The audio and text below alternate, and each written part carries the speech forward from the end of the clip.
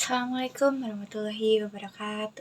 Perkenalkan saya Fardila Pangesti dari program studi akuntansi Universitas Pakuan. Pada kesempatan ini saya akan mempresentasikan materi mengenai persekutuan likuidasi bersama rekan saya Aulia Eka Nirmala. Materi yang akan saya sampaikan meliputi pengertian dan dasar hukum likuidasi, prinsip dasar likuidasi, likuidasi sekaligus beserta jurnal dan studi kasusnya, serta pengenalan likuidasi berangsur. Pada presentasi ini terdapat beberapa pembahasan utama, dimulai dari pengertian dan dasar hukum likuidasi, penyebab pembubaran persekutuan, prinsip dasar dan urutan prioritas pembayaran, kemudian likuidasi sekaligus beserta jurnal dan studi kasusnya, dan terakhir pengenalan likuidasi berangsur. Lalu ada pengertian dan dasar hukum. Apa sih likuidasi persekutuan itu? Likuidasi persekutuan adalah proses penghentian seluruh kegiatan usaha persekutuan dengan cara menjual seluruh aset non-kas menjadi kas, melunasi seluruh kewajiban, lalu membagikan sisa kas kepada para sekutu sesuai hak masing-masing. Lalu perlu dibedakan nih antara pembubaran dan likuidasi. Pembubaran ini hanya mengakhiri hubungan hukum antar sekutu, sedangkan likuidasi ini menyelesaikan seluruh keuangan sampai tidak ada lagi aset maupun kewajiban yang tersisa. Dasar hukumnya terdapat dalam KUH Perdata pasal 1646 sampai 1652, KUHD pasal 30 sampai 35 serta PSAK yang berkaitan dengan pelaporan realisasi aset. Lalu ada penyebab dan tahap pembubarannya. Pembubaran persekutuan dapat terjadi karena masa perjanjian telah berakhir, kesepakatan seluruh sekutu, kepalilitan putusan pengadilan salah satu sekutu keluar atau meninggal dunia, maupun karena usaha terus mengalami kerugian. Secara umum, prosesnya terdiri dari 3 tahap, yaitu pembubaran, likuidasi atau realisasi aset, dan distribusi kas final kepada para sekutu. Lalu di slide selanjutnya ini ada prinsip dasar dan urutan prioritas. Dalam likuidasi ada urutan pembayaran yang wajib dipatuhi. Pertama, membayar seluruh utang kepada kreditor eksternal. Kedua, melunasi pinjaman sekutu kepada persekutuan jika ada. Ketiga, mengembalikan modal masing-masing sekutu. Lalu yang terakhir ini, jika masih ada sisa kas, maka dibagikan sesuai rasio laba rugi yang disepakati. Urutan tersebut tidak boleh dibalik agar hak setiap pihak tetap terlindungi. Lalu ada likuidasi sekaligus. Nah, likuidasi sekaligus ini adalah metode ketika seluruh aset non-kas dijual dalam satu waktu. Setelah aset dijual, keuntungan atau kerugian realisasi dialokasikan kepada sekutu sesuai rasio laba rugi. Kemudian seluruh kewajiban dilunasi, saldo modal diperiksa, dan sisa kas dibagikan kepada para sekutu sesuai saldo modal akhirnya. Nah, pada slide ini ditunjukkan jurnal-jurnal utama dalam likuidasi sekaligus. Jurnal pertama ini untuk realisasi aset, baik jika menghasilkan keuntungan maupun kerugian. Lalu berikutnya ada jurnal pelunasan utang kepada kreditor, jurnal setoran tambahan sekutu apabila terjadi modal defisit, jurnal pembayaran pinjaman sekutu, dan terakhir jurnal distribusi kas final kepada para sekutu. Nah, di sini juga ada studi kasusnya ya dari likuidasi sekaligus. Pada contoh ini terdapat persekutuan ABC yang terdiri dari Andi, Budi, dan Citra dengan rasio laba rugi 3:2:1. Sebelum likuidasi, kas perusahaan sebesar 40 juta rupiah dan aset non-kas sebesar 360 juta rupiah. Lalu seluruh aset tersebut dijual seharga 270 juta rupiah sehingga terjadi rugi realisasi sebesar 90 juta rupiah. Kerugian ini kemudian dibagi kepada 3 sekutu sesuai rasio yang telah disepakatinya. Nah, bagaimana penyelesaian dari studi kasus ini? Lalu setelah aset dijual, total kas menjadi 310 juta rupiah. Kas tersebut digunakan terlebih dahulu untuk membayar utang usaha sebesar 90 juta rupiah dan pinjaman kepada Citra 20 juta rupiah. Setelah seluruh kewajiban selesai, tersisa kas sebesar 200 juta rupiah. Kas ini kemudian dibagikan kepada Andi sebesar 105 juta rupiah, Budi 60 juta rupiah, dan Citra 35 juta rupiah sesuai saldo modal akhir masing-masing. Oke, sekarang kita lanjut ke pembahasan metode kedua ya, yaitu likuidasi berangsur atau installment liquidation. Nah, berbeda dengan metode lump sum sebelumnya ya, di mana semua aset itu dijual secara sekaligus. Nah, pada metode berangsur ini, proses penjualan aset non-kas itu dilakukan secara bertahap, karena biasanya aset-aset tersebut ini memerlukan waktu lebih lama untuk laku dengan harga terbaik. Nah, karena prosesnya yang bertahap ini, kas yang masuk juga bertahap dan langsung dibagikan kepada para sekutu secara periodik tanpa menunggu seluruh proses penjualannya selesai. Namun, untuk membagikan kas sebelum semua aset itu terjual, kita juga harus menerapkan 3 prinsip utama ini. Yang pertama, kita harus menerapkan prinsip kehati-hatian, di mana kita itu harus selalu mengasumsikan skenario terburuknya, seolah-olah sisa aset yang belum terjual nanti tidak akan laku sama sekali. Nah, yang kedua ini, kita harus menyusun schedule pembayaran yang aman. Nah, dokumen ini tuh wajib dibuat setiap kali sebelum kas ini dibagikan untuk menghitung berapa sih kas maksimal yang aman untuk didistribusikan. Nah, yang ketiga ini kita harus mengasumsikan kerugian maksimumnya. Kalau misalkan ada sekutu yang modalnya berpotensi negatif akibat rugi potensial, kita harus mengasumsikan divisi tersebut akan ditanggung sementara oleh sekutu-sekutu yang lain yang lebih solven. Selanjutnya, bagaimana cara kita menyusun schedule pembayaran aman tersebut agar tidak ada sekutu yang menerima kas lebih dari haknya. Nah, proses ini tuh dijalankan melalui 4 langkah sistematis ya. Yang langkah pertama ini kita akan hitung saldo modal terakhir masing-masing sekutu. Disesuaikan juga dengan rugi atau laba realisasi yang benar-benar telah terjadi. Nah, langkah kedua, kita kurangi saldo tersebut dengan rugi potensial maksimum. Caranya, kita asumsikan sisa aset non-kas yang belum terjual itu bernilai nol atau tidak laku. Lalu, ruginya ini kita alokasikan ke modal sekutu sesuai laba rugi masing-masing. Nah, selanjutnya langkah ketiga, jika pengalokasian rugi tadi membuat saldo modal sekutu tertentu menjadi minus atau defisit, kita asumsikan lagi sekutu tersebut itu tidak sanggup bayar.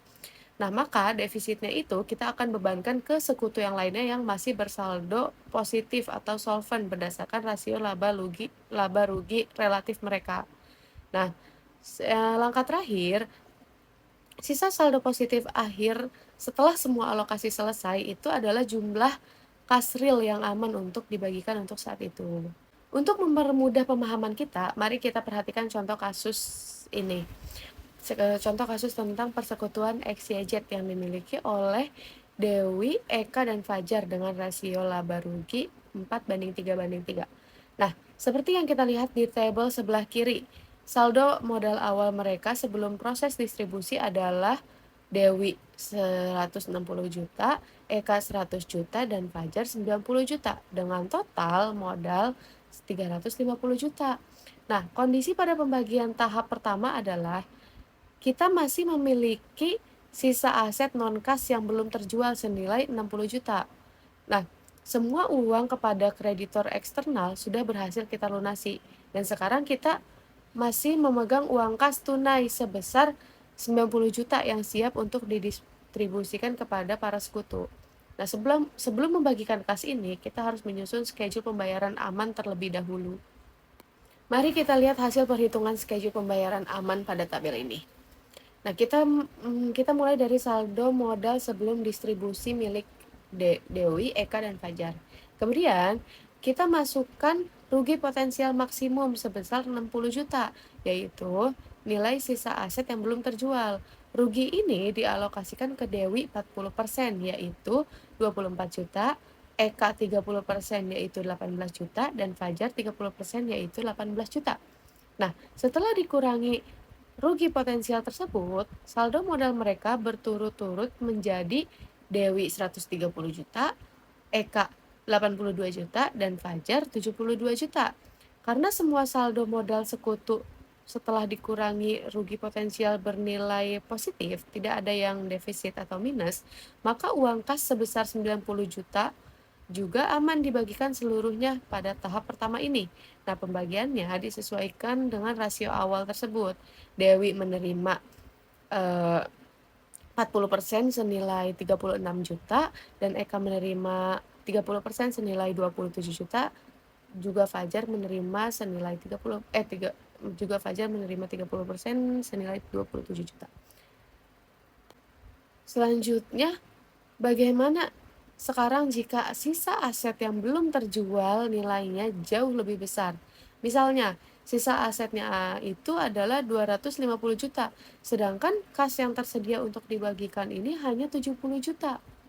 Nah, setelah kita lihat saldo modal yang dikurangi rugi potensial 250 juta sesuai rasio, saldo Fajar hanya tersisa 15 juta. Namun, di sini ada masalah. Fajar Fajar ini berpotensi mengalami defisit sebesar 15 juta. Nah, berdasarkan asas kehati-hatian yang tadi udah kita jelaskan, kita harus mengasumsikan si Fajar ini tuh tidak mampu menutup defisit tersebut. Maka defisit si Fajar yang sebesar 15 juta ini akan dibebankan sementara kepada Dewi dan Eka sebesar rasio mereka masing-masing, yaitu 4:3. Akibatnya, modal Dewi dikurangi 8,57 juta dan modal Eka dikurangi 6,42 juta.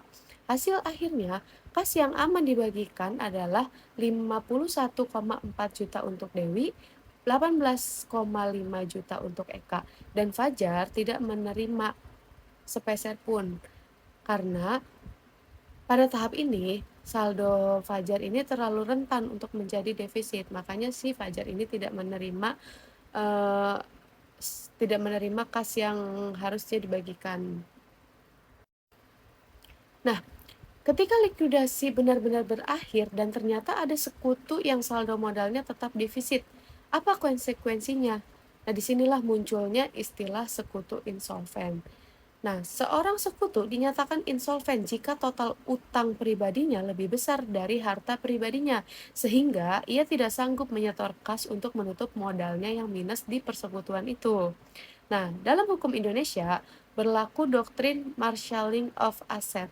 Artinya, aset persekutuan ini harus diprioritaskan untuk membayar utang persekutuan dahulu, sedangkan harta pribadi sekutu diprioritaskan untuk membayar utang pribadi sekutu tersebut.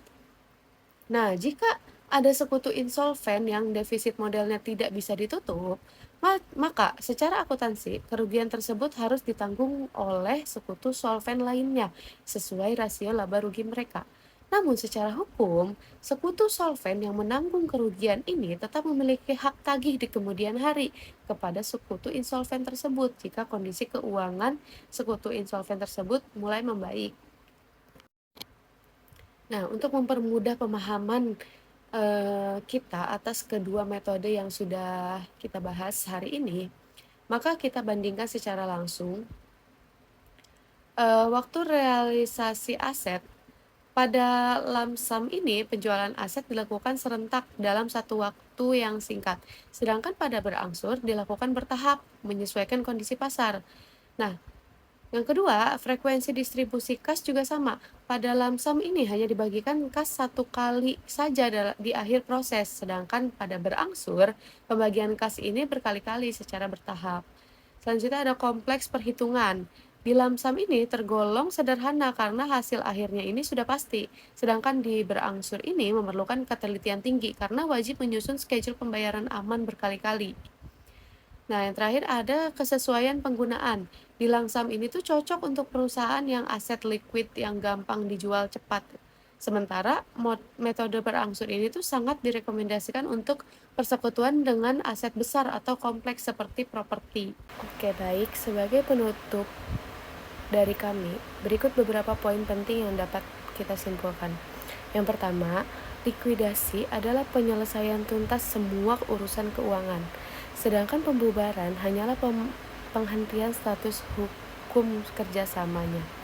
Nah, yang kedua, urutan prioritas pembayaran ini tuh tidak boleh dilanggar. Kreditor pihak ketiga harus selalu dilunasi terlebih dahulu, disusul oleh pinjaman sekutu, lalu pengembalian modal. Nah, yang ketiga, Metode berangsur ini sangat membutuhkan schedule pembayaran aman demi menghindari resiko berlebihan bayar atau overpayment kepada sekutu. Nah, yang terakhir, jika ada sekutu yang mengalami insolvensi, sekutu solven lainnya wajib menanggung beban defisit tersebut secara proporsional. Nah, demikian penjelasan dari kami mengenai persekutuan likuidasi ini. Kurang lebihnya mohon dimaafkan, semoga kalian yang mendengarkan dapat memahami apa yang kami jelaskan. Terima kasih atas perhatiannya, sampai jumpa kembali.